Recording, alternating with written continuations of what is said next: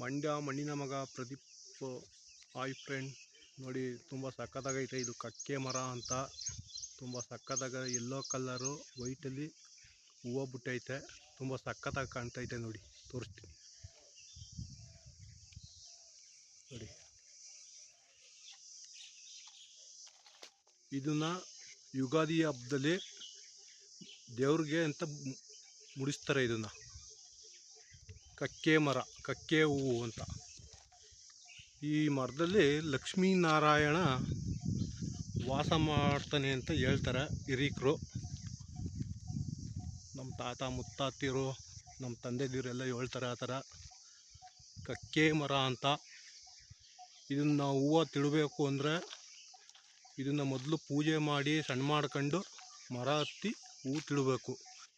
ಹೂವು ತಿತ್ತಾದ್ಮೇಲೆ ಇದನ್ನು ನೆಲದ ಮೇಲೆ ಬಿಸಾಕಬಾರ್ದು, ತಗೋಗಿ ದೇವ್ರ ಫೋಟೋಕ್ಕೆ ಮುಡಿಸ್ಬೇಕಿದ. ನೋಡಿ ತುಂಬ ಸಕ್ಕತ್ತಾಗ್ಬಿಟ್ಟೈತೆ, ಅದ್ಭುತ. ನೋಡಿ ತುಂಬ ಸಕ್ಕತ್ತಾಗ್ಬಿಟ್ಟೈತೆ. ಮರಗಳು ತರ್ತಾರ ಹೂ. ಇದು ಒಂದು ಕಕ್ಕೆ ಮರ ಅಂತ. ಲಕ್ಷ್ಮೀನಾರಾಯಣ ಸ್ವಾಮಿ ಇದರಲ್ಲಿ ವಾಸ ಮಾಡ್ತಾನೆ ಅಂತ ಹಿರೀಕರು ಹೇಳ್ತಾರೆ. ನೋಡಿ ಇದೇ ಕಕ್ಕೆ ಮರ. ಇದು ನುಗ್ಗೆಕಾಯಿ ಥರ ಕಾಯಿ ಬಿಡ್ತದೆ. ನೋಡಿ ಇನ್ನೊಂದು ಟ್ರಿಪ್ಪು ನುಗ್ಗೆಕಾಯಿ ಥರ ಕಾಯಿ ಐತೆ ನೋಡಿ. ಇದು ಬೀರೇಶ್ವರ ಸ್ವಾಮಿ ದೇವಸ್ಥಾನ. ಶ್ರೀ ಹಾಲುಕಂಬಿ ಮಲೆ ಬೀರೇಶ್ವರ ಸ್ವಾಮಿ ದೇವಸ್ಥಾನ ಇದು. ಇದು ಸುಮಾರು ಒಂದು 8 ಶತಮಾನದಿಂದ ಕಟ್ಟಿರುವಂಥ ದೇವಸ್ಥಾನ.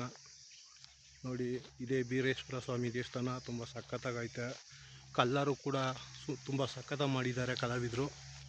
ತೋರಿಸ್ತೀನಿ ನೋಡಿ ನಿಮಗೆ. ಈಗ ನೋಡಿ ತುಂಬ ಸಕ್ಕತ್ತಾಗಿ ಕಾಣ್ತೈತೆ. ನೋಡಿ ಪಕ್ಕದಲ್ಲಿರೋದು ಪಾರ್ವತಿ ದೇವಸ್ಥಾನ.